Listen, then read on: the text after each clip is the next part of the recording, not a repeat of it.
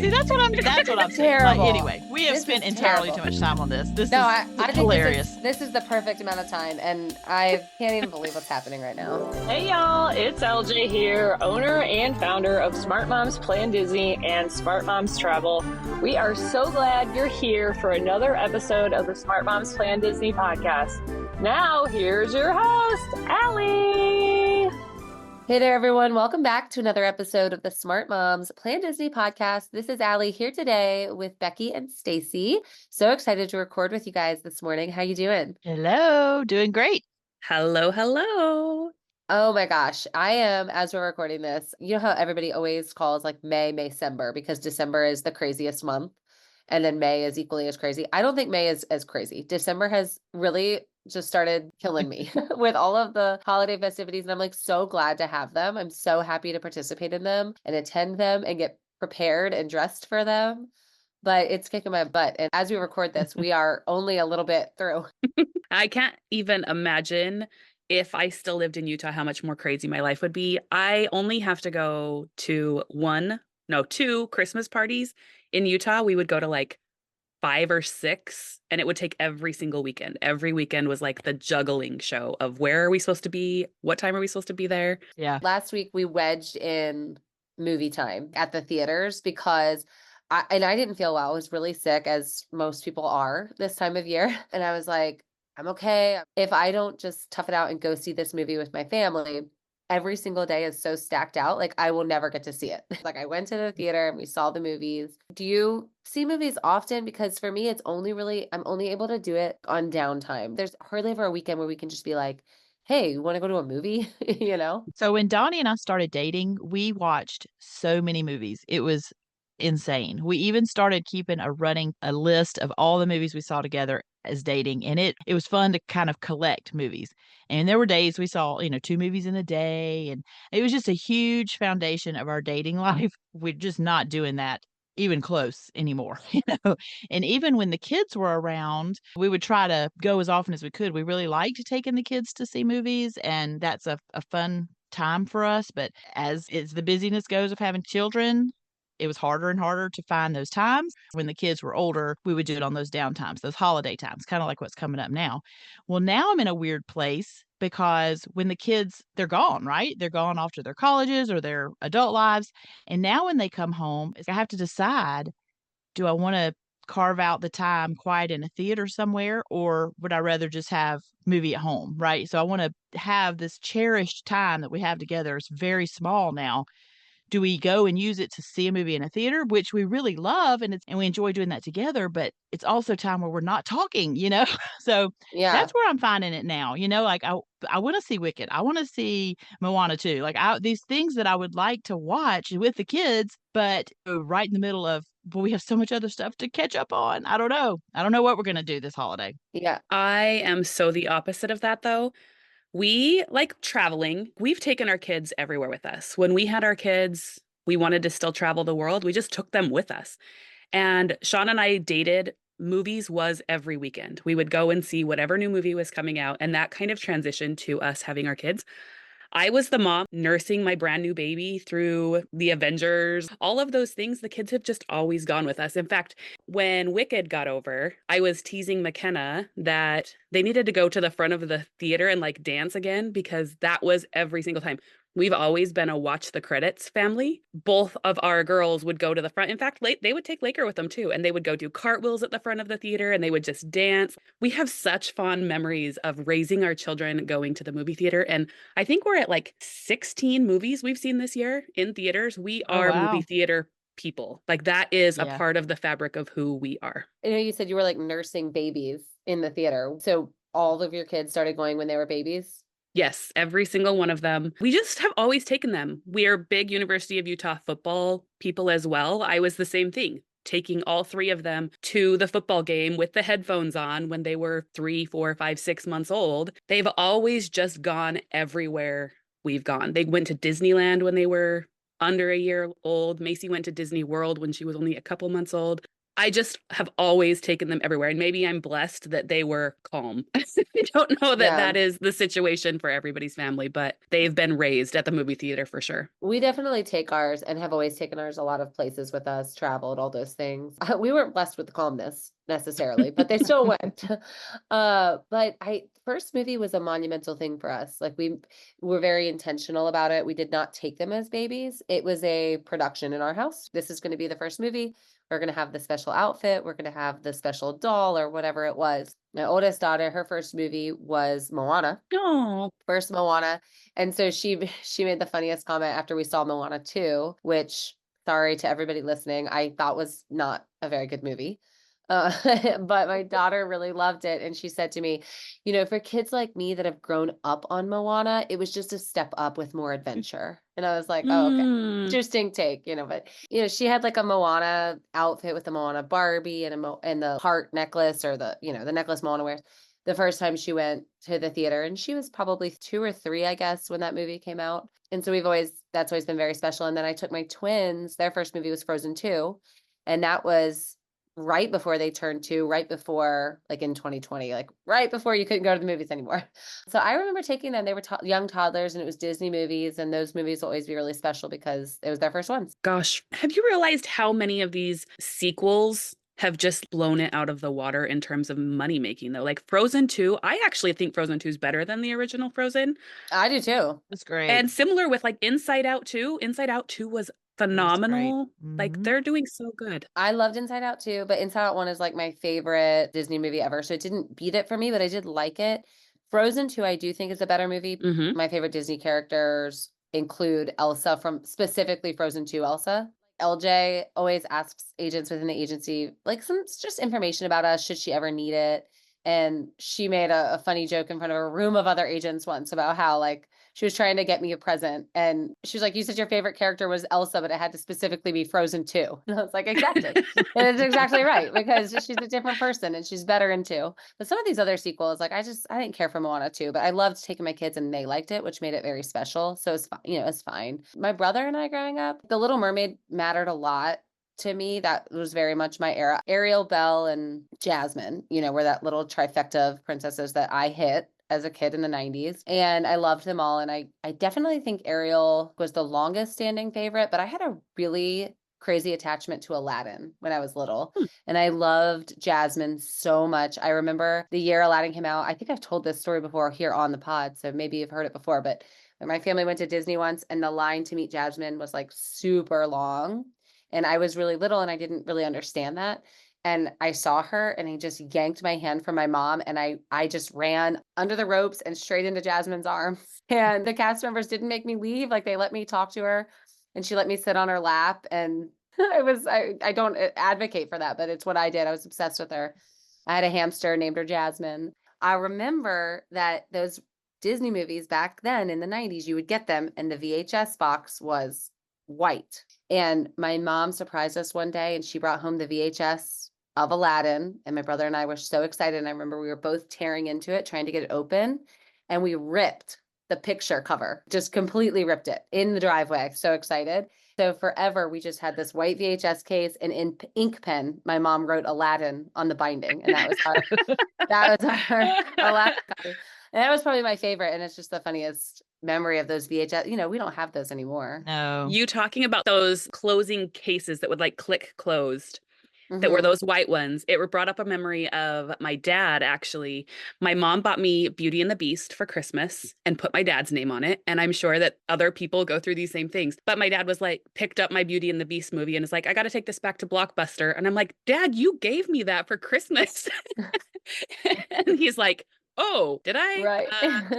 Blockbuster. Great times. Great That's times. so fun. Oh, yeah. Hearing y'all talk is just a glaring reminder of our age difference, because all of these things you're talking about, my mom bought this and my mom, and I'm like, I bought that for my kids. Right. And the VHS tapes. And it's just like, oh my goodness. It's just a real reality check. I could be your mother's, is what it sounds like.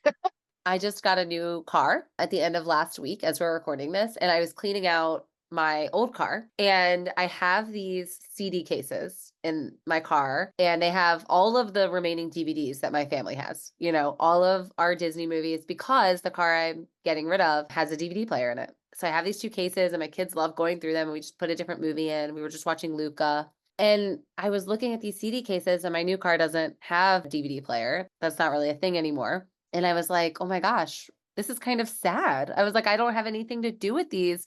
It's this huge collection of Disney movies. And part of me was still just loving popping them into my car. You know, it was easy, and it kept all these movies really relevant for my kids. But, you know, I have these 2 cases, and I'm feeling really sentimental about them. Like I have all these DVDs, and I have no purpose for them now, because my new car is not going to have the DVD player. We don't have any DVD players in the house. So I just going to have these cases that I don't know what to do with them. 2 thoughts on this. One, I was going to make a bet that of the 3 of us on this episode, I bet Stacy still has some kicking around old VHS movies. Do you still have them, Stacy? Not VHS. I do have a ton of DVD, but I've had them for the longest time. I really did. And I am sad I don't have them. I mean, 5 kids, it just added up and moves. I had to, they've gone, but good guess. And I really like, have you ever seen there's arts and crafts made out of these little things, little Oh, yeah. notebooks? Oh, yeah. And oh my goodness, that's where I need these for that nostalgia, but it still be something useful but I do have a ton of DVD cases.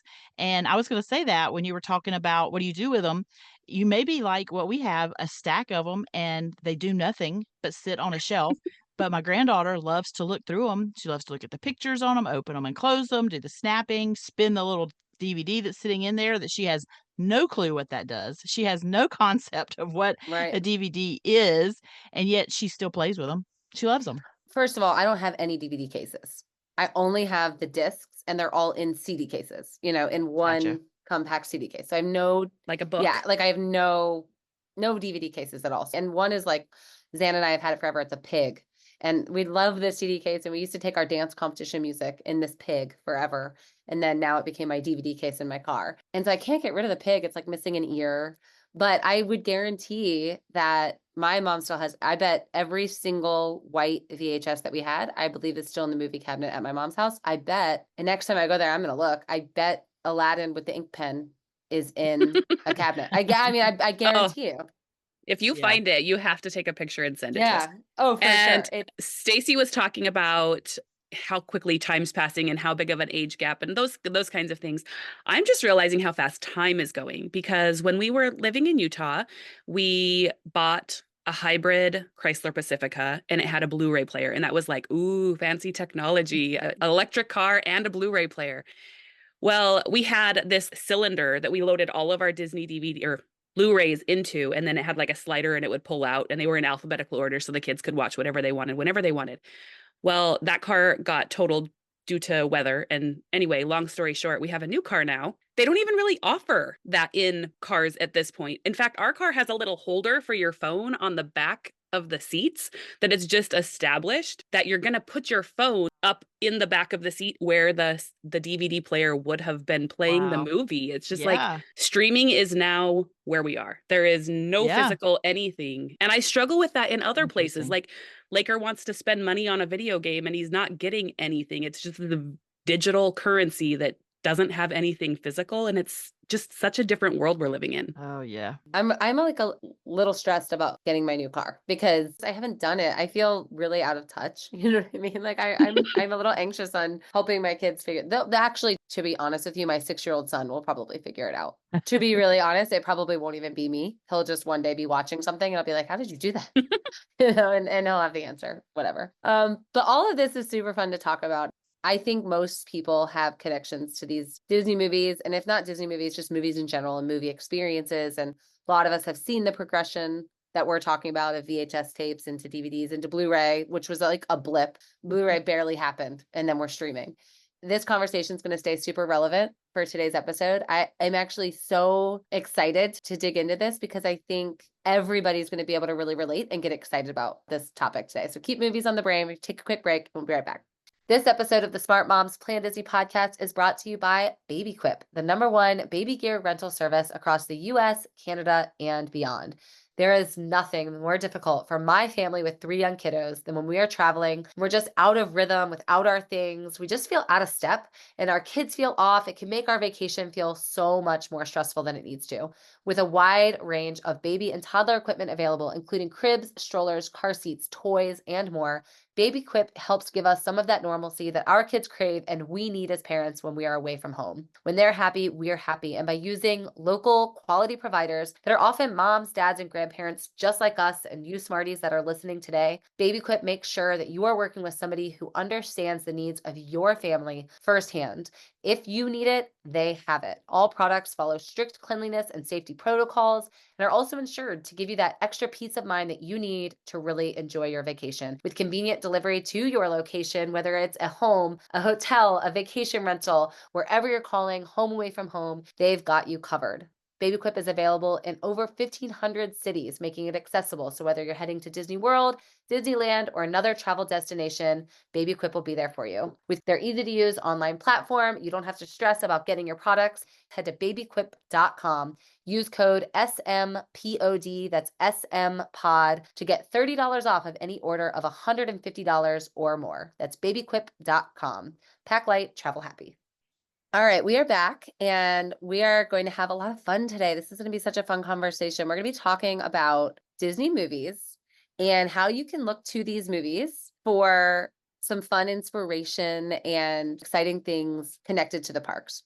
Characters, movies that have inspired rides, which I always just want more of.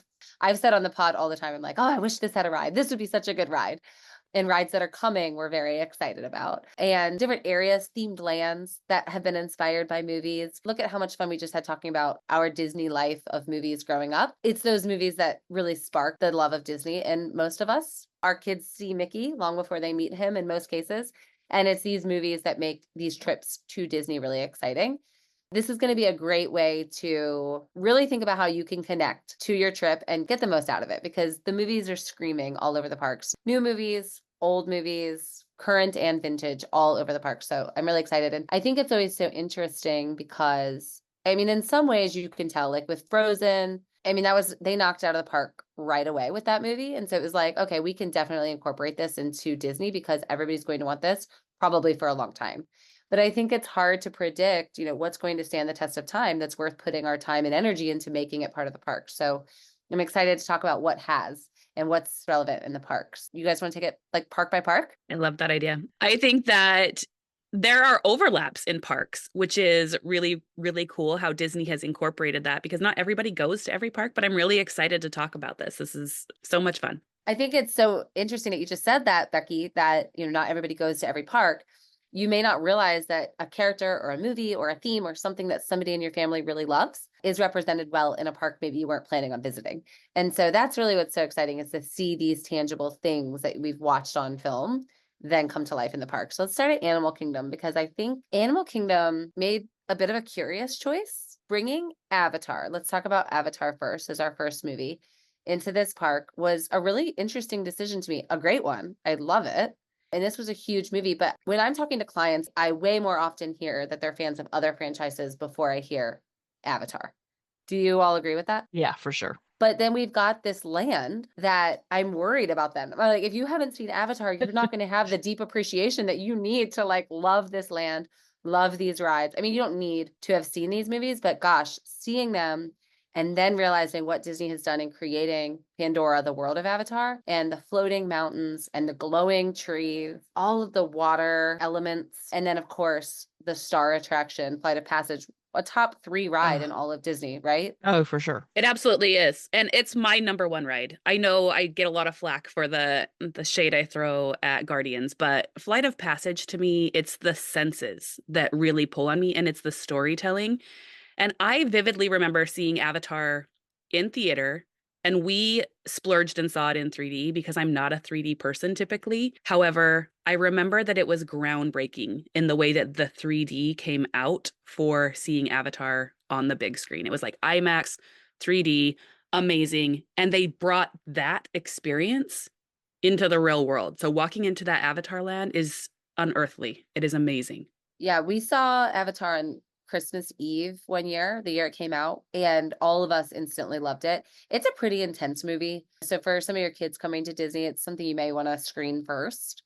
But even if you can put it on and fast forward the parts that may be a little intense for a little one, just so they can see the land and then feel that immersion when they walk into it, I think it's worth it. To understand the Banshee ride and what it really is and understand why it matters. I think Pandora specifically is Disney at its peak.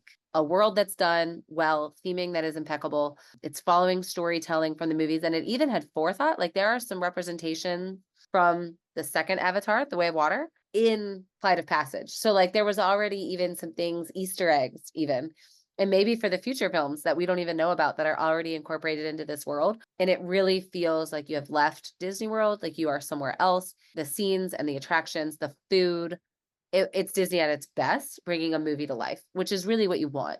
I love the idea of that, introducing, not necessarily having them sit down and watch a 3-hour movie, especially your littles, but letting them see even just like a snippet of the movie, like maybe even just The Way of Water. There's some beautiful water scenes in there that would be so cool. The floating mountains. It's a really, really cool idea. But then Flight of Passage, you do have a height requirement on it. So that does play in that. But they will have the opportunity to ride Navi River. Yes, thank you. The littles will get to ride Navi River and be in the land, which is just so beautiful. And Stacy just went with her family, and her little adorable granddaughter was running around playing the drums. So cute. I mean, she's a baby, you know, she's a toddler, and there she is, and she couldn't ride Flight of Passage, so Stacy stayed back.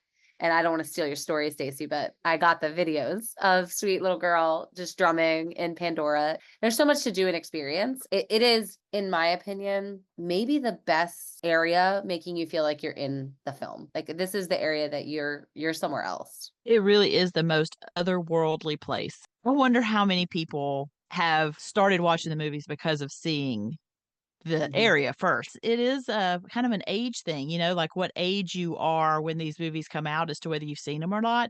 And I feel like these young parents that are coming through right now, including my own children, that's going to be their situation, that they may have kind of missed the movies a little bit. Now they can see this and go back and watch them and really find a new appreciation.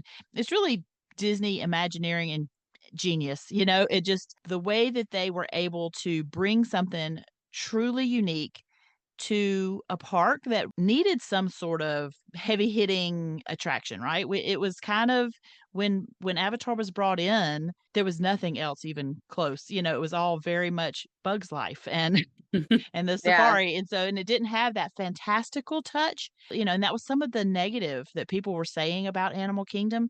So it was really genius. It's interesting that it's still like, do you feel like it's a good fit for Animal Kingdom? These are fantasy animals, these are fantasy creatures.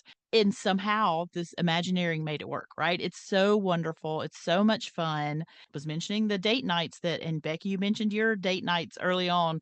I definitely recommend this. If you are a couple that has not watched these movies and you're headed to Disney World, this is a great date movie. You need to go and watch the whole little series and get inspired and excited about this area of the park. Yeah, it's worth experiencing. And I think it's an interesting point you made that people are probably working backwards as much as they're working forwards here now, like going to the land and then seeing the movies. Even though I recommend if you're heading to Animal Kingdom, like try to familiarize yourself just so you can appreciate it even more.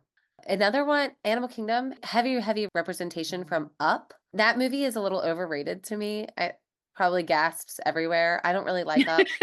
Um, I never fell in love with it, but it has a lot of Animal Kingdom representation, which with the Wilderness Explorers is a huge factor. So we've talked a lot on the show about the Wilderness Explorers, and you go and you collect your stamps. And I haven't actually done this with my kids yet.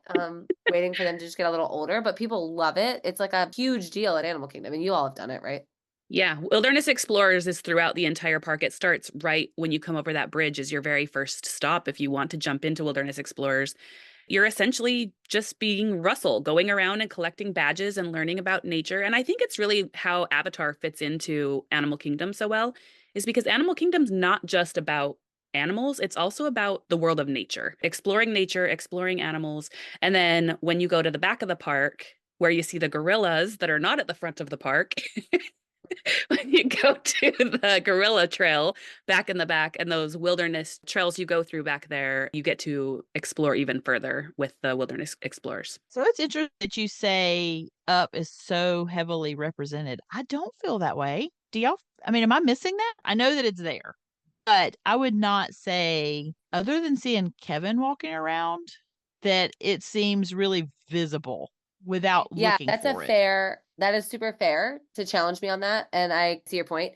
I think the reason think it has heavy representation, it doesn't have heavy representation like Avatar, it doesn't have a upland, but the little wilderness explorer things are everywhere. And, you know, a lot of people that do the Disney bounding or like to match the parks, I see a lot of people dressed in Up. Like Up just has a presence in the park. People wear the wilderness explorer bounding outfits and you see those signs everywhere. And then of course, Kevin, he is everywhere or in the front of the park more is where I've seen him. I don't know if he's everywhere, but I see him up by the. You see her. I don't even know well enough to know that Kevin's a she because I don't love this movie.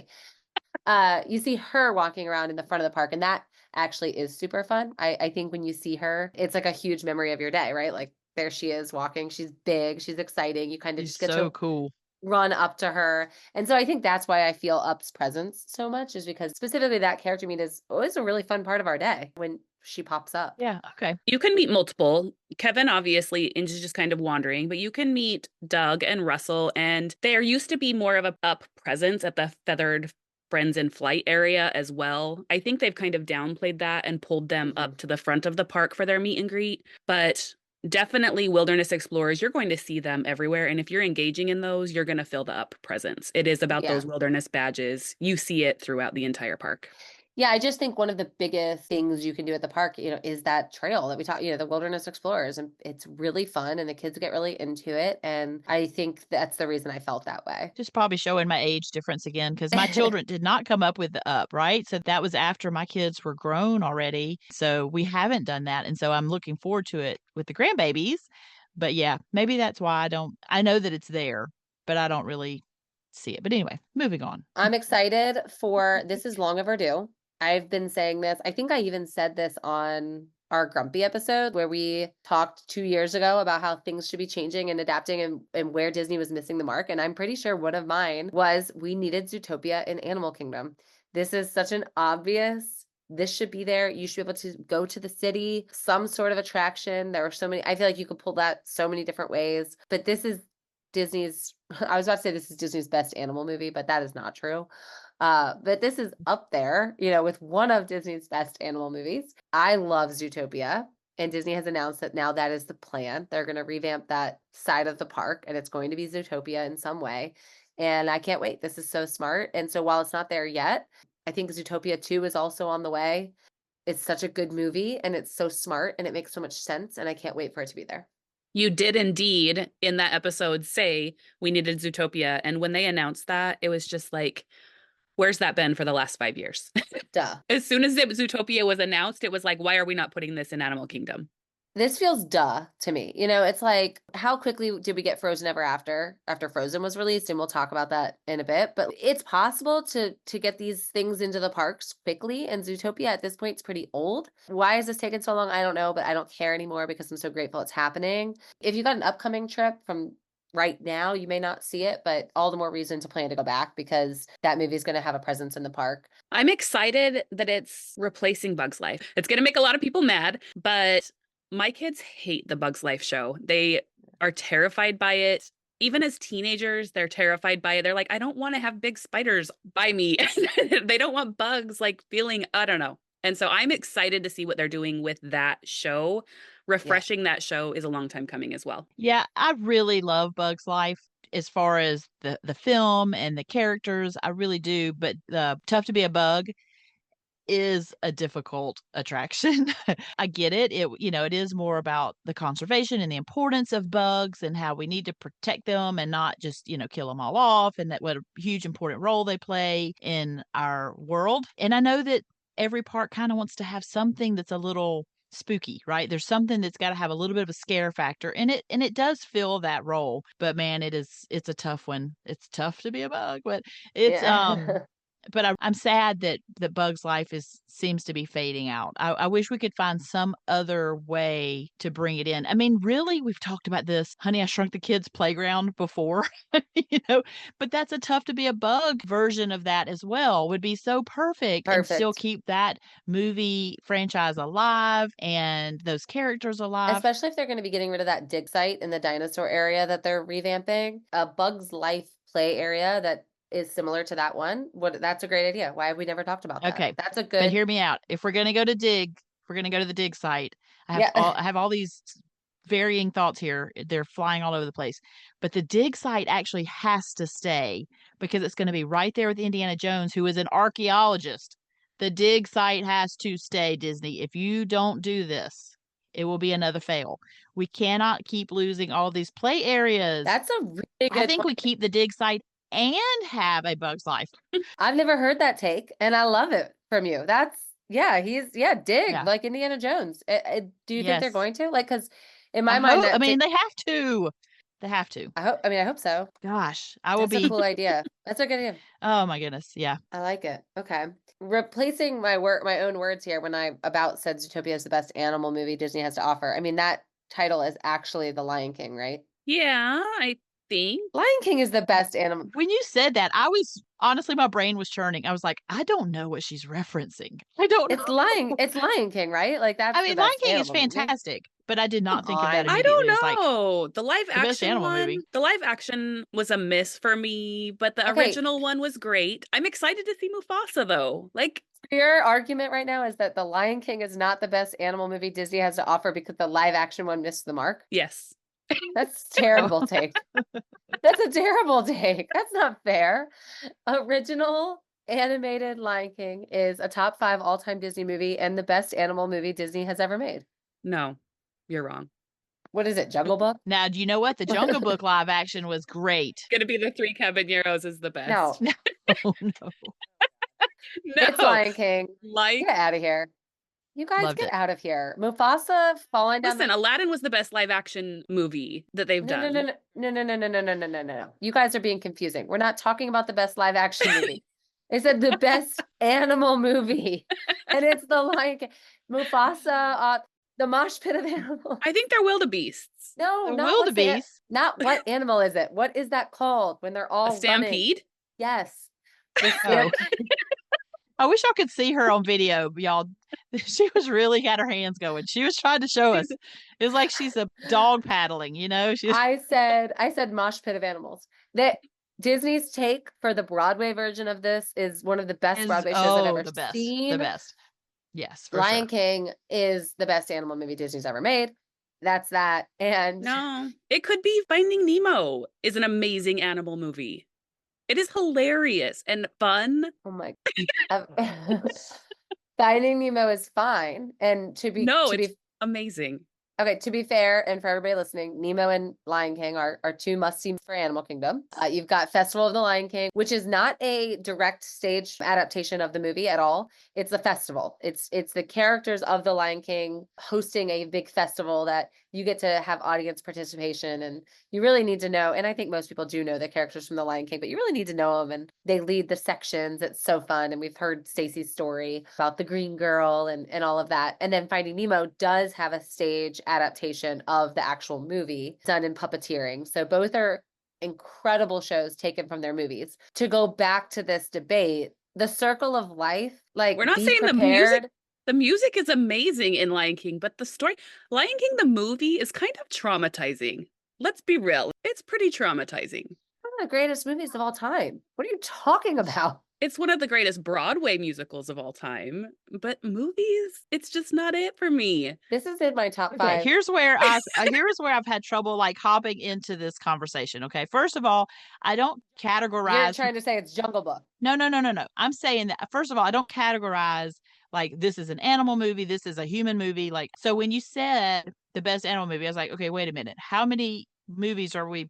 I didn't even have like a place to go with what I was Stacy. going to compare it Stacy's to, like, right? Indiana Jones is the best animal movie. Stacy, what are you talking about? The characters in these I just things didn't are know, like- all animals. I just have like it's just Disney movies, but Disney it's just there's like animals in every movie almost, you know? I don't know. So that was hard for me first of all. But I'm going to side with Allie. It is one of the best movies. Lion King is fantastic. And if we're going to categorize it an animal movie, sure. Okay, fine. It's one of the best animal movies. It's an animal movie. What? If we're gonna categorize it as an animal movie, what are you saying? I don't know. Like it's just a Disney What movie. other criteria? What other criteria is it? There's not one. Well, I feel like if you name Cinderella is an animal movie, if you gonna like say that there's animals, you Okay, know, I'm it's saying still not better like than The every Lion King. movie. No, It's not- but what I'm saying is I could not break it down into what movies are we comparing. But you don't have to. I don't have to break it down into animal category, because I will agree with you. It is one of the best. It is way up there. Great, great classic movie. It is Zootopia and Lion King vying for number one. And I think it's a close race, but Lion King edges out. And then Nemo's probably up there and whatever, Jungle Book. Sure. Frozen. I mean, Sven's in there, so it must be an animal. Frozen is not an animal movie. What are you guys saying? Oh God. See, that's what I'm saying. Like, Terrible. anyway, we have This spent is entirely terrible. too much time on this. This No, is I think hilarious. this is the perfect amount of time, and I can't even believe what's happening right now. I'm immediately going to text the rest of the podcast team and have them rank. No, you can't lead them. Just say what's the best just Disney say animal movie? I'm saying, what is the best Disney animal movie? And I bet nobody says Frozen. Carla's gonna say Lion King. Katie's gonna say she's gonna be like Pinocchio. She's gonna analyze it because she's so super Right. analytical.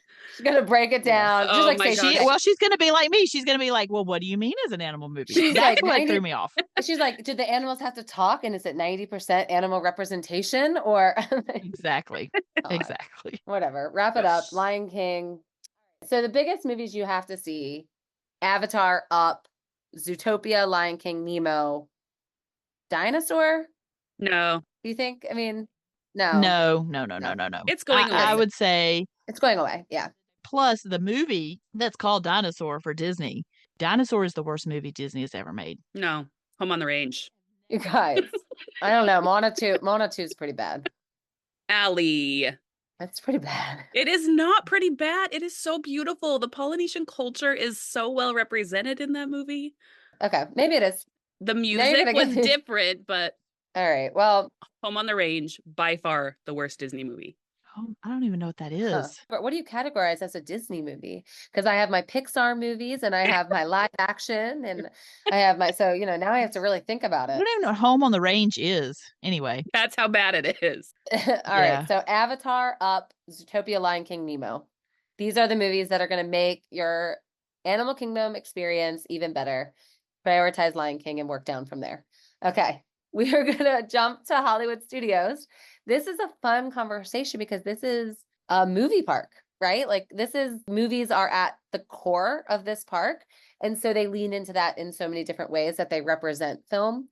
We'll just start with the banger, Star Wars. So the very first time I ever went into Galaxy's Edge, Star Wars Galaxy's Edge is the themed land. It rivals Pandora as the most immersive and best thing Disney has done. You really feel transformed. Part of me just still gives Pandora the edge because those floating mountains are so spectacular. But if you're a Star Wars fan, I mean, this is emotional. It's like an emotional experience to step in. yeah. And the first time I had ever been in Galaxy's Edge, I had never seen one Star Wars movie. So I just kind of walked in and I was like, this is cool. I can appreciate what they've done. By the second time I went, I was going with my friend who's a huge Star Wars fan. So I wanted to give her some respect and understand what she was feeling. So I watched the whole series and I watched them in order: 4, 5, 6, 1, 2, 3, 7, 8, 9. Fell in love with Kylo. That's where our love affair began. Then I gained this new appreciation and it's really spectacular. Either way, it's spectacular, but having a knowledge of the films and especially 7, 8, and 9 is great. I'm gonna let Stacy weigh in, but I have some words. You have some words to say, don't you? I'm so glad that you mentioned you had not seen it before walking into it. I had seen some Star Wars. I'm certainly no giant fan of the Star Wars films. That was our COVID year of movies. We watched all of them. And I have a new appreciation for a lot more within it. However, it is still so spectacular. It is such an immersive feeling. It's just jaw dropping. It's really cool. And the characters that they're able to have roaming around in there. It's nice to just know who they are, so that when you say, "I got my picture made with," you can know what you're calling it.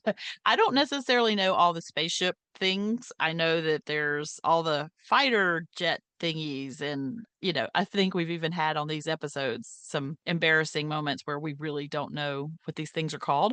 But it is so fantastic. Now, as far as comparing it to why we kind of put Avatar a little higher than this, I think the reason is that just the Star Wars feel, the environment is just so dry and dead. Like it's just Yeah. desert feeling. That's why, the life and the beauty and the plants of Avatar seem so much more pleasant. And I think it's just really hot. I think we've talked about that. They pipe in heat over there to Yeah. Star Wars. They've got to. They have to. But Hottest I've ever been. yes, but you don't have to know these movies to appreciate it. You don't have to know the movies to appreciate Rise of the Resistance. Truly remarkable. Here's where we use the word remarkable ride. Yes. And Yeah. you do need to experience these, whether you quote unquote care anything about Star Wars or not. But knowing the movies, it's an added bonus for sure. It's true what you said that you don't have to, and Becki, I want to hear your thoughts because I know you're excited to say them, but it's true what you said that you don't have to have seen the movies to ride and appreciate Rise. But just an argument here that if you do at least watch 7, 8, 9, and I don't think you can appreciate 7, 8, 9 without 1 through 6. So I do think you need the entire catalog. And I do think having that knowledge before you ride, it does make a difference. Like knowing who those pilots are and why you're doing the things you're doing. I don't want to spoil the ride for people that haven't done it, but I think it does make a bit of a difference. I have said on our podcast before that I want so badly to be a member of the Star Wars fandom because it is such a cool fandom. They go all out. In fact, Disney even created a hotel that essentially ended up failing, but the Womp experience they womp. created for those fans, it is so cool. If you ever go to like a Comic-Con, you're going to see the fandom there. You're going to see them everywhere. And if you ever get the chance to see all of them there with their really expensive lightsabers lit up at night, it is so, just draw me in and please invite me to this show. However, I missed the Star Wars era because my older brother, would go to the movie theater and watch the original Star Wars movies while my grandma was babysitting him, air quote, babysitting him. He got to watch them over and over and over because she worked at the movie theater and she was responsible for him after school. And so he grew up with them. I was born in 1984 and I missed that era of Star Wars. There was like a lag in Star Wars time and it just wasn't the years I was growing up. So now when I look back on trying to watch it, every single time I fall asleep. Seriously, every time I try to watch it, I fall asleep. I have appreciation for the new ones, but true story. I tried watching Star Wars, the original. I sat down to watch for the first time as a teenager. I literally was like, this is so crazy. This movie is copying off of Spaceballs. Oh, wow. Oh my God. I love Spaceballs. Oh man. That's a but- terrible take. Wow. Oh my gosh. I just really wish that I was part of the Star Wars. How do I convince myself to not fall asleep while I'm watching it? It just, Yeah, I was like 1 and done for 1 through 6. Like I watched them so I had the knowledge and I'm good. I don't need to watch those anymore. I am so obsessed with 7, 8, and 9. I love those 3 movies. I love Kylo a lot. And I love Rey, and I love Rey and Kylo. And a lot of people have an issue with Galaxy's Edge because it does take place in that timeline, right? So it is Rey and it is Kylo that you're seeing as the prominent characters in the land, along with stormtroopers and Chewie and things like that. And I think a lot of Star Wars fans take issue with that because it's not Darth Vader that you're meeting back there, which is fine with me. I will stand in front of Kylo's ship all day, like whatever. But it is cool, and you can go to the land without having the knowledge, and you can drink a fuzzy tauntaun at Oga's, and it will still taste delicious, and it will still numb your mouth, and it's still a great experience. But I do encourage trying to pour some time and energy into being familiar with the story, just because it does make a difference, and it gives you a better appreciation. and Rise of the Resistance is not just a ride. It is a full experience. It is, wow. Absolutely. It changed the game. Yeah. Totally. Yeah, it's great. And then Toy Story's representation is great in Hollywood studios as well. Not surprising that this is a movie that they turned into a land, which we all know my feelings on. I think could be better, but I love that it is represented 3 attractions. But not only that, the character interactions. So I, in Toy Story Land, have met Woody, Buzz, Jessie, Bo, Lotso, and I feel like maybe even more, but I have for sure met those 5. I don't know of a lot of other movies where you can meet that many of the characters from their franchise. Yeah, the Green Army guys, you can definitely Oh see yeah, as well. Army guys. Yeah. Mhm. They're just fun characters. There seem Mhm. to be, we can't compare it to Star Wars because there is incredibly interactive as well, but I feel like the character interaction with the Toy Story group is just particularly fun and very kid forward with, children. And whereas I feel like maybe the Star Wars area is a little more adult fun, it's fun over I there don't for the know. adults, but Those stormtroopers come up to my kids and like try to recruit them sure, to the sure, dark they do. side. Mhm. It's pretty cool. Yeah, you're right. They do. It's They pretty do. cool. But it's just a different feel. It's just this different childlike feel of you're playing with the toys over in the character interaction there is just really super fun. I have a special love for like Jessie over there. She's Mhm. great and skipped with me one time. Like we were and we like she's just like I had braids in my hair, which I wear braids to the parks a lot because my hair's long and thick and it gets it off my neck. And she loved that I had in braids because she had on braids. And so I think she thought it would be cute for the kids that were in line. And she made a huge deal about how we had matching hair and then like danced with me down the street. So they are So very fun. playful. They are very playful in that way. Yes. And it's so cute. But this might be the most well represented movie, maybe tied with Star Wars, just because 3 attractions, right? The alien swirling saucers, Slinky Dog Dash, and Toy Story Mania, a whole themed land. And I mean, I just quickly named 5 characters I've met, and a sit down restaurant in the barbecue that we talked about on our Hollywood table service episode, and Woody's Lunchbox, a very popular and creatively themed Mhm. quick service. So it really has every single thing: themed land, rides, characters, quick service, table service. I mean, the representation of Toy Story, huge. Yeah. Yeah. So I love that. Interesting conversation about Muppets Oh. because they are a big part of the Disney fabric and have been a staple of Hollywood studios forever. Back in the MGM days, that Muppet Vision 3D, one of my dad's all-time favorite Disney things. He just loves it. Recently announced getting the axe. And Well, I don't look at it as an axe, okay? I look at it as a promotion, right? They're moving out of one area of the park into another with a really much more exciting attraction. So let's kind of change the vibe on that. That's how I have to do it for my own heart because it makes me very sad that the Muppets movie is going away.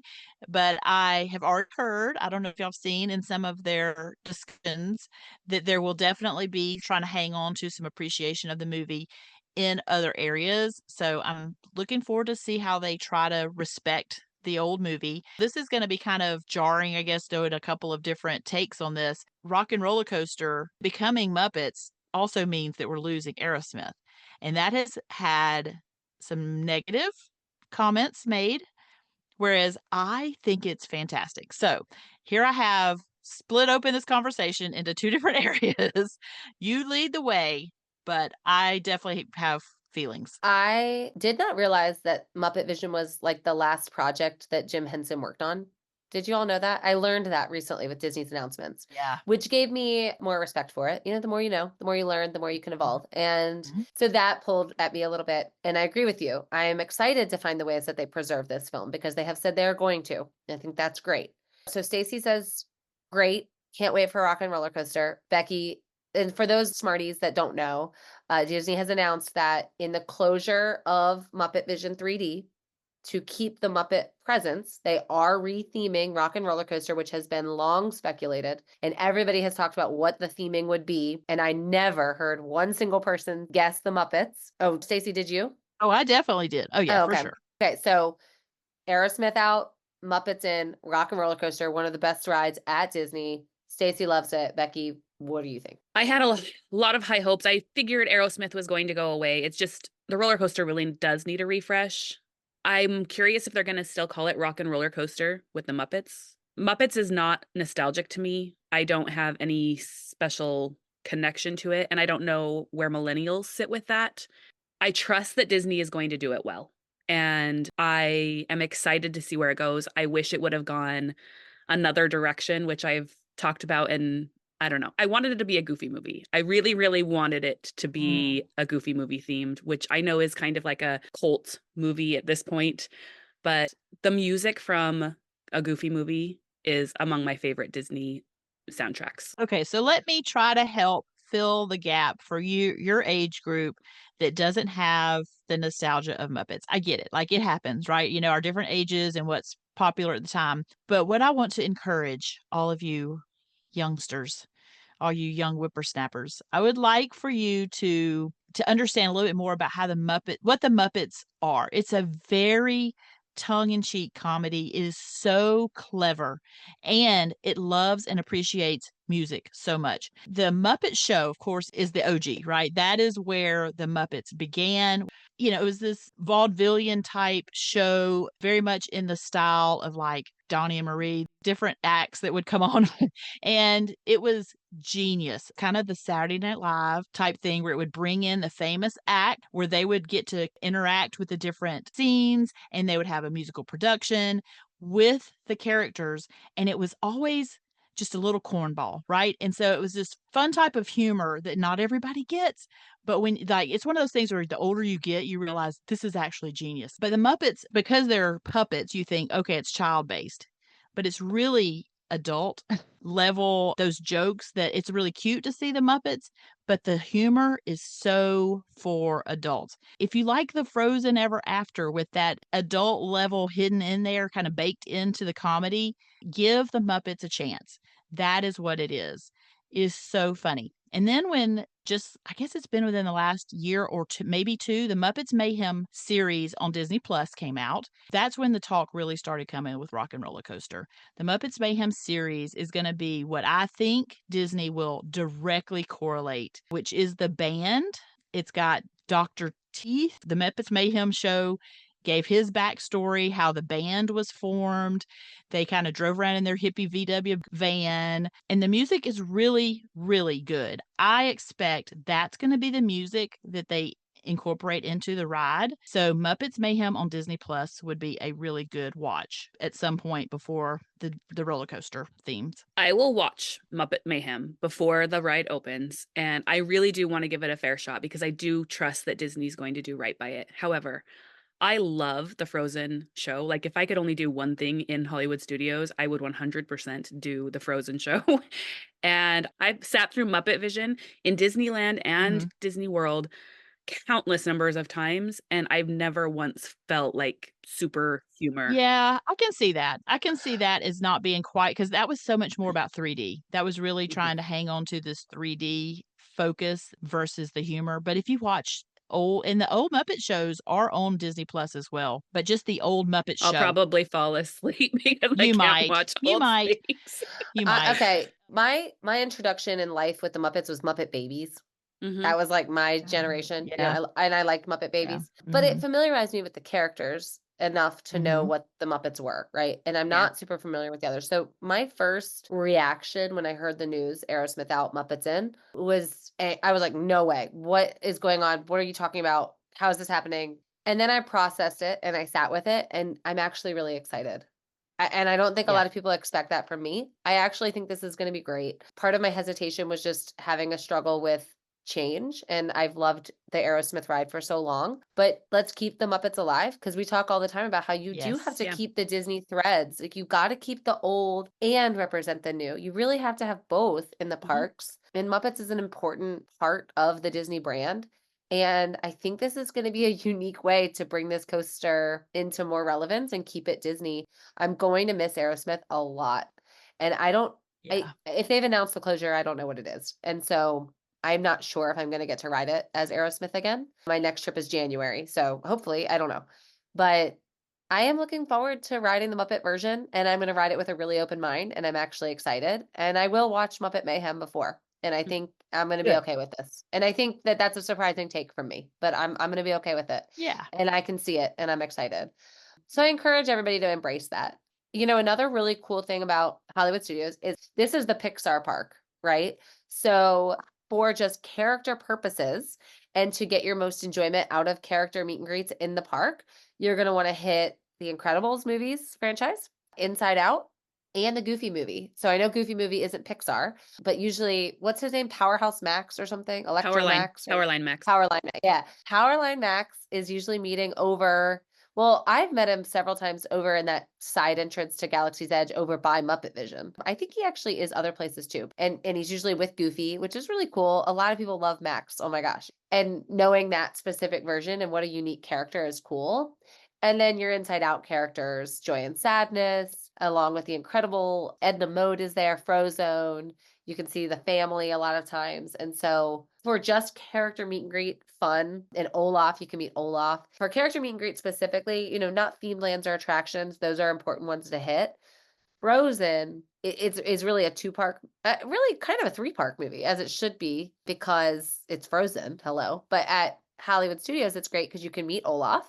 So fun. He has his own little room and he's so cute. But then the Frozen sing-along show that Becki just mentioned, and we've talked about at length on the pod, is not a stage adaptation of Frozen. A lot of people think that they're going to be watching a stage show of Frozen. That's not what it is. It is an adult comedy act, basically, with Frozen character presence. While kids sing along and magic happens. It's just amazing. It's a fun sing along for sure. When I was just there, you wouldn't necessarily call it an overlay, but it was like a little extension to the holiday retheming at the end of their regular show. And it was really fun. I was excited. I didn't know that. And it's a great show to see. You should not be skipping it. And you don't even, I think everybody basically at this point is familiar with Frozen. I would argue that you don't even have to be to go to that show, Yeah. And different than Beauty and the Beast, which is another hugely popular, well-represented movie in Hollywood studios. That show is a stage adaptation of the movie. It is absolutely one of my favorite things. If you listen to our shows ranked episode that we did quite a while back, I gave Beauty and the Beast a 99, which put the jaws on the floor of those I was recording with. Because I think I overrate that show. But I do love it, and it's absolutely worth seeing, and you get a little break. And of course, this is another movie I think most are familiar with, but knowing that story ahead of the adaptation is a good plan. And speaking of being movie people, Stacy pulls hard on the Indiana Jones series, which is a good reference for this park as well. Yeah. It is. I'm so thankful that he's there. The show there is really fun, being a stunt show. It's one of those where you don't necessarily have to know the Indiana Jones story to appreciate it, because the stunts are fun to watch and great performances without knowing the storyline. But knowing the storyline absolutely adds to it and makes it even more enjoyable. Yeah, I think so, because you're really seeing the stunts for what they are, and that's what makes that show great. I almost wonder what do we expect in Animal Kingdom? And is that going to be the park where Indiana Jones is more important to like have the movie knowledge? But it is well represented in Hollywood studios, and now it's going to be across with Animal Kingdom as well. So Indiana Jones, heavy hitter for the parks. Okay. So many fun things. You're going to have, if you put some time into these movies, the characters and the themes and the food and the rides, they're just going to be so much more fun overall. So let's move into EPCOT, which is so mistakenly labeled as an adult park. And the movie presence at EPCOT is massive. They really lead into the culture, which is great. There's one movie that I think is newly represented in EPCOT that I think needs a better representation. And I don't even think the way that they're doing it now is permanent. But I'm just going to start there because I think it's a bit of a miss, and it's Encanto. So right now there is this sing and dance along to Encanto music thing. And it's just okay. Like my sister-in-law, my brother's family, they're heading to Disney, and my sister-in-law was like, I heard there's a new Encanto show. We can't wait. Like, is that a big deal to see? And I'm like, not really. Like, if you're passing through and they're doing it, dance with them and it's fun. Like, we were walking through and it was happening and we stopped and we danced and it was great, but I would not bolt across the park for it. Would you agree was Encanto as big as like Frozen? Like, should that have better and quicker representation, especially like in a culture park? Wait a second. My mouth is open here. I'm so surprised you don't have more affection for this. I think the I little like show is it. great. Yeah, I think the little show is great. I think it is super culture forward because I it's love that. very much about speaking Spanish, and Love it. it's beautiful. And the characters, when they bring out Bruno and they Yeah. bring out Mirabelle, like they seem to be the most straight from the movie characters. It's really fun. It feels the most like this is the real ones. Yeah. And it's so interactive. I think it is amazing for children. I I enjoyed every second of it. I don't know what What are you saying? I'll tell you. I like the show and I agree with you. I Okay. love how culture forward it is. Like I love it. Yeah. But I think this is Disney's best movie maybe ever. Like Encanto might be the best Disney movie. Well, and Like, it I'm is not coming. kidding. We didn't even really say much. It is going to come to Animal Kingdom. There's going to be a Yeah. huge Encanto section. Like the house is being built at Animal Kingdom. Yeah, So, and we didn't even mention that. And yeah. it's a ways off. And so that's fine. Yes. That is the representation I need from this movie. I love the little pop-up show. Like I said, if you're Mhm. passing by, you should stop and participate. You know, my dance studio was there last summer. We all stopped. We danced and sang and it was great. But it's not like I said, I don't even know if it's permanent. It's in this like pop-up It's not stage. permanent, That's what I'm actually. saying. Yeah, That's what I'm it's not. saying. It feels But I'm hoping that very it will be. yeah, I agree. And if it had like a I hope it will be. pavilion, if it had an Yeah. established location where you could plan for it and go out of your way for it, and it had a specific dance area and then good seating. Right now, it just Well, feels and I like, think oh, that's here's what this Encanto. show is. Yeah, Yeah, well, I think it's what it is. I think it was yeah, like, we need this in the park right now, yeah. and we're going to make it happen in whatever way we can. I'm glad they did. Yes, and even the fact that it's currently on an extension. This is not its original dates. They had it end the first time I saw it, it was expected to end, and they announced that it's been extended, and so it's in that era right now. And I hope that it just continues to do so. I do too. But I think that's what it is. I think it's that they love Encanto and they recognize its importance and needing a presence. And I think that's what this is a fix until something can be more permanent, particularly with Animal Kingdom. Here's what I would love. Listen to me, Disney, okay? Here's what we need. We need a festival that is Encanto forward, like a street festival, really bringing the colors and the singing and dancing of Encanto. That type of festival I think would be so fun. Yeah, I didn't mean to say that it's like I just feels like a passerby, and I wish it was more. And I'm excited for its representation in Animal Kingdom. I love this movie. I'm excited for it to be in Animal Kingdom as well.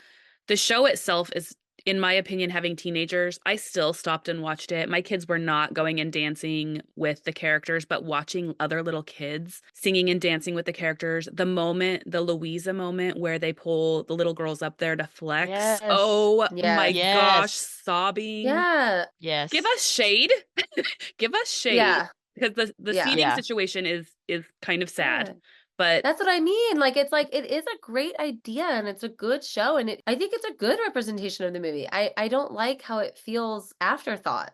Yeah. It feels like let's throw this here so it's there. And I just wish it had and maybe it will. Maybe it'll get an extension and maybe it'll get a permanent location and give it a theater. give it give A it little something. theater.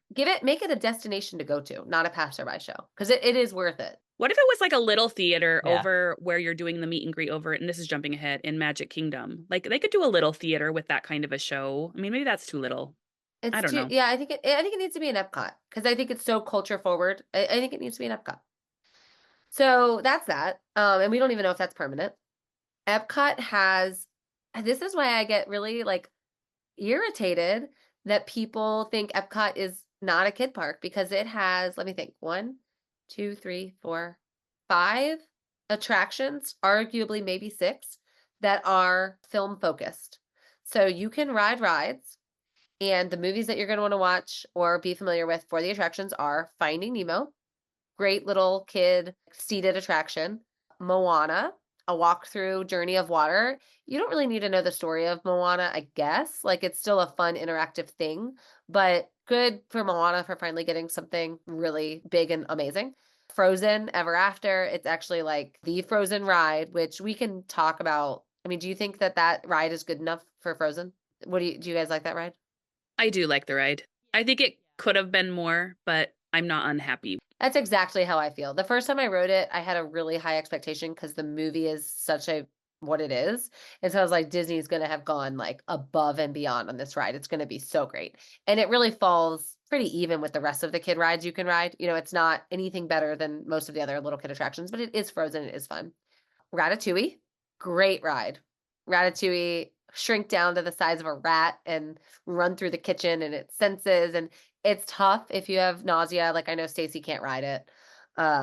And honestly, it made me a little queasy last time I did it. So that one actually is one of the more motion sick attractions at Disney World, in my opinion.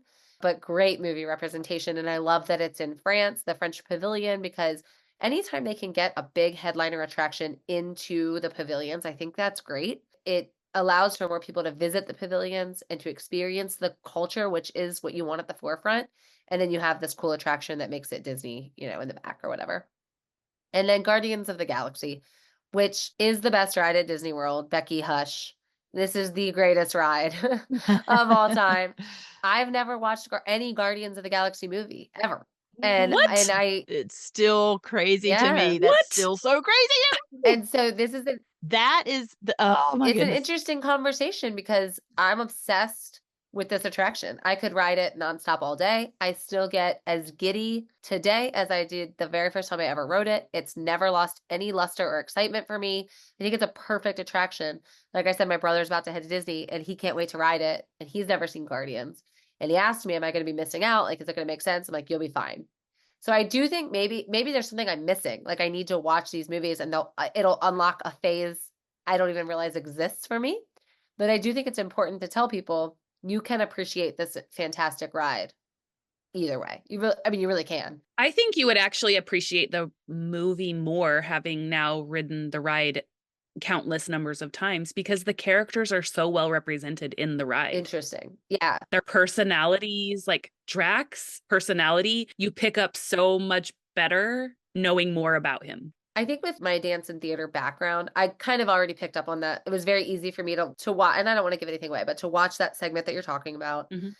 And I understood that they were channeling something that I didn't understand. Like I was aware enough to know, okay, this has to do with who these people are. Not even just that segment, the audio that's happening during the ride, Right. the things he's saying, like all of it. It's so well done. And I'm not going to say that this is not the best ride at Disney. Like Good. if you're a first timer, this is going to blow your mind, but it's still Flight of Passage for me.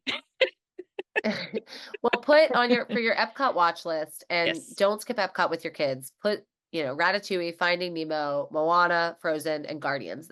And then the Three Caballeros, you don't really need to watch that. That's a movie, right? Yeah, it's a movie. You don't need to watch No, it.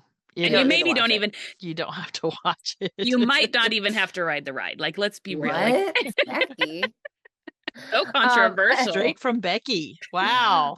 Wow. But yeah, those are, I'm trying to think, like, Magic Kingdom obviously has a million themed rides, but this park might have the most movie themed rides outside of Magic, right?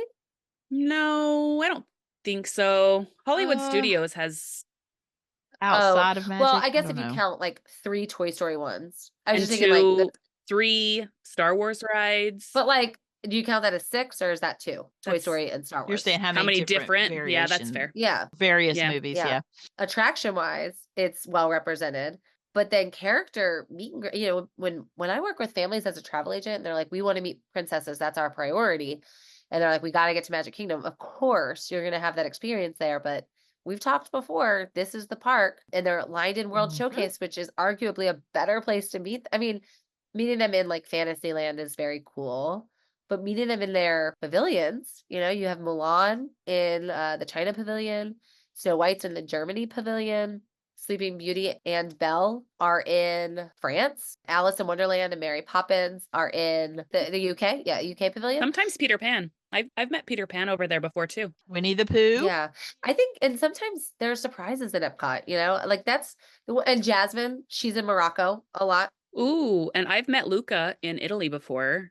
It's Really? seasonal. Oh, seasonal. really? I think it was during the art festival that Oh. we met him. Oh, wow. That's what I'm saying about surprises with this park, man. This park will always surprise you because just meeting the characters in their element is so cool. But I do think like you can happen upon somebody that you didn't expect. And I call that, we've talked before about Character Alley, over in the American Pavilion and like right by the Regal Eagle. And usually there's like 4 random characters there and it's a cool character park. But yeah, familiarize yourself with those movies because you're going to meet them in places that their stories are written. So that's really great. Great movie park, Epcot. Okay, we're going to take another break. That is a lot of information to absorb. Y'all are going to need to really map out your movie nights because you have a lot of content to take in.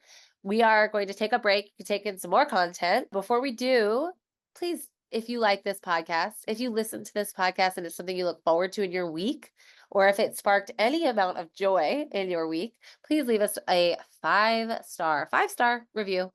Write a little something. Recently, Tink82293, she wrote, "Who knew you could be addicted to a podcast? I look forward to every Tuesday and listening to the ladies give such helpful tips and tricks. Since I started planning our first trip to Disney World for my son's 10th birthday, I have been listening to this podcast. It's so fun hearing them honestly rank things, share their memories with their own children, and just be generally excited about Disney. This podcast has helped me plan out our trip to the point where I feel no stress. I haven't been since I was 7, and I'm almost a pro thanks to these ladies." If we're making you a pro every week by listening, that is making me so happy. That is our goal. Your son's going to have the best trip ever. And honestly, if you haven't been since you were 7, this is kind of like a first trip for you too. You'll feel some of that nostalgia, but you're going to have the best time. All right, we'll be right back. I'm so excited to introduce fellow Smart Moms agent Sara Greco at magical_serendipity_travels on Instagram. She's a kindergarten teacher with a clear and organized approach and an expertise in child development and behavior, which totally helps her have success in planning trips. All of her experience is gained from taking her young kids to both Disney World and Disneyland, starting when they were 1 and now they're 6 and 4. When you follow her on Instagram, you have access to her free guide for helping take successful trips with young families. Give her a follow on Instagram, magical_serendipity_travel, or the link in today's show notes. If you're looking at taking your real life passion straight from the pages and the screens and into the parks like Harry Potter and Star Wars, our friend Emily Gay at Slytherin2Disney, that's the number 2 on Instagram, is taking those daily passions and putting you right into the parks and the experiences. She offers personalized trip planning, park navigation, stress-free scheduling, and more. You can find her on Instagram at SLYTHERIN, the number 2, Disney, for packed out Disney and Universal content daily. All right, last park, big park. Movie representation is all over Magic Kingdom. This is the park where a lot of people want to spend 2 days to get all of the experiences, themed attractions, character meet and greets.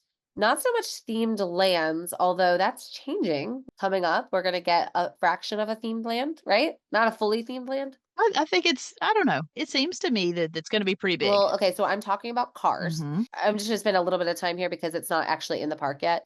But they're not taking away Frontierland. They're just like adding they're not going to call Frontierland Cars, Radiator Springs, right? Like theming an area and still calling it Frontierland. Well, it's an expansion, right? It's going to be a growth area. Yeah, it's so, really cool.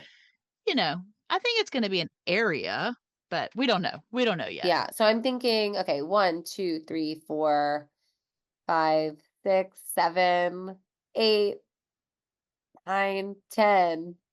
Oh my gosh, the list is going on and on and on. Themed attractions, 11, 12. I mean, so many attractions are based off of movies, right? So the biggest ones, the biggest hitters are Peter Pan is like arguably the most popular ride in freaking Disney World, right? Like everybody loves this. We talked all the time about why this ride is so popular, but a lot of it is the nostalgia and the tie to the movie. And so I would say that to appreciate this ride the way that a lot of Disney goers do, you kind of need to see Peter Pan, right? Yeah. And you can also meet Peter. It's a big one to make sure that you see other themed attractions that have movies that are based, right? Winnie the Pooh has an attraction. Fun one. Point of contention. The Little Mermaid, classic little under the sea ride. Snow White, the Seven Dwarfs Mine Train. Hello, hugely popular. Alice in Wonderland has the teacups. Princess and the Frog, Tron, Toy Story, Monsters Inc., Lilo and Stitch. Lilo and Stitch doesn't have a ride, No, they don't have a ride. Yeah, they don't have a ride. Sorry. But you do meet Stitch in the park. Yeah. There used to be a Stitch's Great Escape. That was terrible. And Aladdin. Those are all themed rides. Those are all classic movies, and I think most people have probably seen most of them. Maybe Winnie the Pooh. Like I don't feel like everybody hits Winnie the Pooh anymore. I don't think my kids have ever seen it. But maybe that's just me and my like aversion to that bear. But well, and then there's actually more, but they came in the reverse. Right. So that's why I skipped those. Yeah. Go ahead. You say them. We've got Pirates, which it just is so fascinating to me still. This is an original Disneyland attraction. This have Pirates of the Caribbean. You know, Walt, you hear any of his behind the scenes stories, you know, he had to have it at Disney World. Everyone wanted it to come there. And so he brought it to Disney World. It was just so popular. And then it became a fantastically popular, successful movie franchise and character. Like they've even had to go back into the ride and add Captain Jack Sparrow because the movie expanded into his life. The whole thing is just fascinating to me and wonderful. So it's a ride turned movie turned ride. This park So is so cool because obviously the rides came first, right? In this little sequence of ones that we're talking about. So for those, people rode them forever without seeing the movie. So then you make the argument of, do you have to see the movie to enjoy the attraction? Well, of course not, because the rides came first.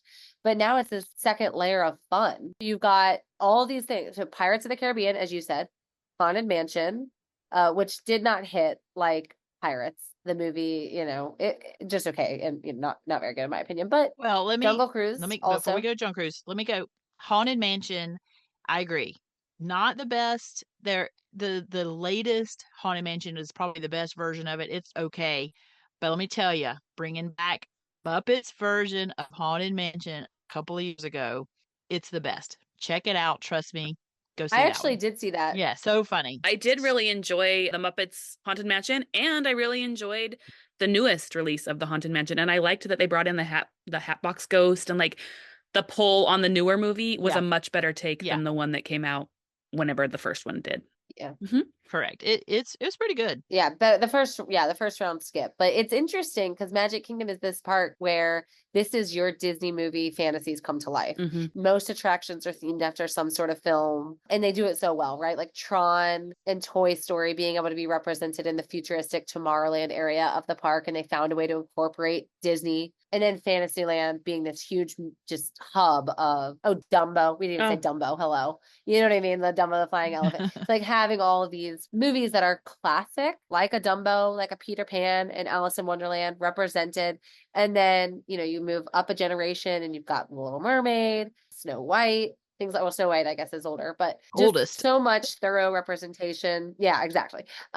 Aladdin being over in Adventureland just makes a lot of sense. And Swiss Family Robinson. Yeah, Swiss Family Robinson was a movie, and the treehouse being there is so cool. I mean, I hope they never get rid of the treehouse. I think it's really cool. That might be a fun one to watch. I don't know. My kids have never seen that, and I haven't seen it since I was a kid. I don't know if it's good. So don't take my movie recommendation on that. But just to climb in the treehouse might be fun to know. But I love that around every single corner you have significant movie presence, and you really do feel like you're stepping into Disney World. You're stepping into your stories, and you're experiencing your stories, and you're living them in attraction and through character meet and greets that are spread out throughout the park. We mentioned Lilo and Stitch. So many princesses. Seasonally, you can meet like Jack and Sally, Nightmare Before Christmas. Mirabelle is here. This is where you get to meet Mirabelle. And sadly, they took Merida out of that park, but Mirabelle is so great. Anna and Elsa are represented in the stage show a couple times a day, which is great. So you have character and film representation basically everywhere you turn in this park. You do. When we started this episode, we were talking about, well, you were talking about your childhoods. I was talking about my children's childhood, but here is the park where we can talk about my childhood and my introduction. I think, Allie, you may have mentioned that it's the movies that really was our first introduction to what Disney even is, right? Well, for me, it was Mickey Mouse, the Mickey Mouse Club when I was small. And the movie of the week was a Disney movie, back when you couldn't just dial up a streaming platform and get whatever you wanted at any time you want. We had to actually wait sometimes weeks for a Friday night movie that we were going to watch on ABC. And that was my childhood. And it was like we had anticipation built up. It was totally my childhood. There were Mickey Mouse movies that were on pretty regularly. We didn't have a Disney Channel, but so it was watching these little Disney shorts that were Mickey and Donald and Goofy, and that's my childhood. And so this is the park where I get that nostalgia, that love and appreciation. We do have the Mickey Mouse Clubhouse still today that thankfully my granddaughter loves it, and she knows those characters very well from that. But I feel like it's still very different from my age group. Shout out to all the 50s out there. So, still love Mickey Mouse the most. Yeah, it's amazing how it works. And it's something interesting you just said, like you didn't have a Disney Channel. And this is the thing that I always think is really hard when I'm looking at Disney. Like I mentioned, I need more Encanto, right? I just think this is a no-brainer. This is a movie that is one of the best that Disney's ever made. And I want quick representation in the form of and like I said, can't wait for Animal Kingdom. But it's hard, I think, to balance the older, what gets to stay and be represented from like a different Disney era, what gets to stay, and what gets to gain a new presence, right? Because you look at Disney Channel and they have these original movies, and so many kids are into the Descendants right now. But can the franchise stand the test of time? Or is it this specific generation that's growing up on it? And so that's because I would love to have a Descendants representation in the park. And when they create that villains land that they're going to be doing, maybe they'll be there because my kids love them. But I wonder how much now, and especially with streaming, is too generational to bring into the park and isn't going to stand the test of time. And like, how do you choose what's generational and what is going to stand to be represented forever? Because Descendants is like the best example to me. I think the evolution of all of these movies and Disneyland versus Disney World is a very interesting conversation with this, because in Disneyland, they have to phase things out because there's just not land to expand to. I mean, they're getting some expansion, which is really cool that what they're diving into, but Disney World has the space. It's why he bought the land mass that he bought, was that he would never essentially run out of space to build the dreams, right?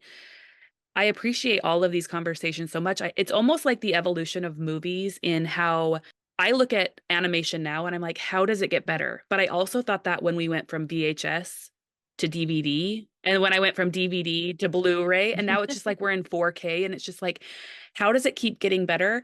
Disney finds a way to keep those old things relevant, which is why I really think I'm going to appreciate the Muppets being pulled forward. Maybe I will find an appreciation for it that I don't have yet.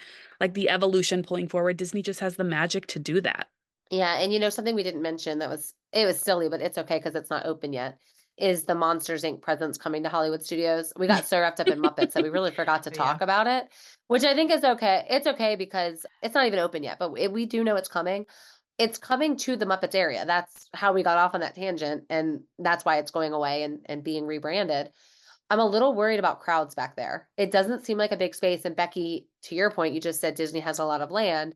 I'm guessing there's land that we don't see right now that they're going to be expanding into. I would assume slated back there. Looks like maybe a restaurant, definitely a huge attraction that's going to be popular. In the space that I am aware of, the crowds would be really heavy. And for any Smart Moms travel agents listening today, the hidden Mickey will be crowds. I think, though, that Becki, again, to your point, there's got to be some space we're not knowing about because Monsters Inc. is going to be a huge presence that they're going to need to accommodate in Hollywood studios here in the next couple of years. Yeah, we're getting a coaster, right? That's going to take up space. Yeah. And that space is not there currently. So, yeah. Right. Yeah. So, well, I think it's going to be where the Lights Motor Action used to be. I think that space is still blocked off for us currently, and I think they'll be able to open back up. And I know, and this might be way off. This could be way off, but I know like the Galactic Star Cruiser Star Wars Hotel was close. You could, because you just shuttled in when you did that experience, the failed hotel. So I'm wondering if part of that plot of land might be over there as well. I'm not sure. But yeah, I think it's going to be great. Anyway, movies are the root of Disney, right? Like the animation is what makes Disney Disney, and their representation in the characters, the food, the dining, the rides, the immersive lands. It's going to make your trip so special. Your kids' faces when they step foot into or onto or welcomed by somebody that they have seen on the screen changes everything. That's when magic becomes real. And that's what we're all addicted to be honest. Our special reviewer today said she was addicted to this pod. Well, get ready to go to Disney because you're going to be addicted to the magic. And especially if you familiarize yourself in this way. Okay, I want to do a fun lightning lane to wrap it up today, to just kind of nutshell our conversation. Are you guys ready? And don't screw this up. It's fast. Don't think in him and haw. I've got it. All right. Stacy's got this. Yeah, we're gonna go Becki, then Stacy. Okay, just for ease, that's gonna be our order. Are you ready? Okay. What is your favorite ride with a movie connection or inspiration? Pirates of the Caribbean. Interesting, because ride came first. And that's mine as well. Pirates of the Caribbean. We named a kid after Captain Jack Sparrow, so big time in my I heart. would say Guardians would be mine, but since I haven't seen the movie, don't that's get not to my claim real that. reason I love it. So Dang. See, now that would actually be my favorite but ride. That would be my favorite ride. I'm gonna say my answer is Flight of Passage. And Hmm. I do think seeing the movie really enhances the experience. That's why I picked that. Plus, it's just an incredible ride. Okay, working backwards, since you guys both just said pirates, what attraction already exists that you think a ride should be made about? You guys are going to kill me for this. No. Caballeros. I could say Living with the Land because I love Living with the Land that much. But I'm actually going to say Mission Space. I think that there is a lot of untold stories, and then they could do a Oh, refresh Lord on mercy. that dated ride. I think that's a good They could tie in Space 220 to I think it. that's a good answer. There is a huge opportunity for storytelling in that ride. Interesting. Okay. So my first thought was Soarin'. I think Soarin' would be fun, but what I really think, and it's not because I want it necessarily, but I think we need a Figment movie. Like, I don't know why Figment Ugh. doesn't have a No, movie. God, I'm no, not going to that. I would not go see no, that. that's I would not see that, but I'm going to take your better answer and I'm going to go with Soren because it could be like some sort of bird that we all Yeah. fall in love with and soars over the land. Yeah. Yeah, no, that was my first gut, but You should have gone with your gut there, Stace. hey, Soren. Disney could Okay. acquire Where in the World is Carmen Sandiego and make like some sort of crazy travel show. I don't know. Now we're just being ridiculous. well, and I think the character, I always call him, now I don't know his name. Let's just throw an Oregon Trail in there too. Yes. Yeah. Well, the captain at the beginning who tells you, to take off your ears and all that kind of stuff at the before Soren, him as a character would be really fun. Call him Putty just because that he played the character Putty on Seinfeld, that same actor, but I don't know what his name would be. But anyway, I think having him as some sort of comedic relief and some sort of travel adventure would be fun. This is the worst lightning lane of all time. This is not lightning. We paid too much for this multipass. What movie do you wish had a ride or attraction? For me, it's Tangled. I know that they're creating them in other parks, but please bring Tangled to Disney World. This was my answer. That is 100% the right answer. Yeah, that is the This right was- answer. Tangled needs so much This was more. my answer as well. It's too popular, and I'm ruining Lightning Lane now because we didn't mention that Tangled is represented at Magic Kingdom, but in a friggin' bathroom. The bathroom is beautiful. Like, cool. Love it. Glad it's there. But are you kidding me, Disney? That's Rapunzel is represented as a bathroom. That's it? Okay. Yeah. All right then. If you could only watch one movie before your trip to kick it off, what would it be? For my family, because I have teenagers, I think Pirates is the perfect way to kick off to a Disney trip. I think I would go super nostalgic with my kids and go Toy Story series. That's a good one. That's a good answer. I think because we love the attraction and we've never seen it, maybe our next trip we should do a Guardians binge. You have to. Maybe I'll save it for that. Yeah. You have to. Oh, that's it. That's what we're going to stop there because we went extra long with our answers. We weren't very lightning. It's like the attraction went down and you got that multi-pass experience and we came back and the line. We actually got was too walked long. off of the ride. Yeah, terrible. Well, I hope that by listening to today's episode, we had a lot of disagreements today. This was very fun. Please support me in Lion King being the best animal movie. And please don't call Cinderella an animal movie. And I hope your experience is more fun because you listened to today's episode and you give your kids a big dose of magic before they step into the magic, literally. That is going to do it for us for today's episode of the Smart Moms Plan Disney podcast. And until next time, we'll see you real soon. What ride? Oh. Yeah. Oh, that's the same. You're asking about I wrote that question and it was already there. Okay. Sorry, I got confused. Because I wrote that question too in a different way at the bottom. Okay.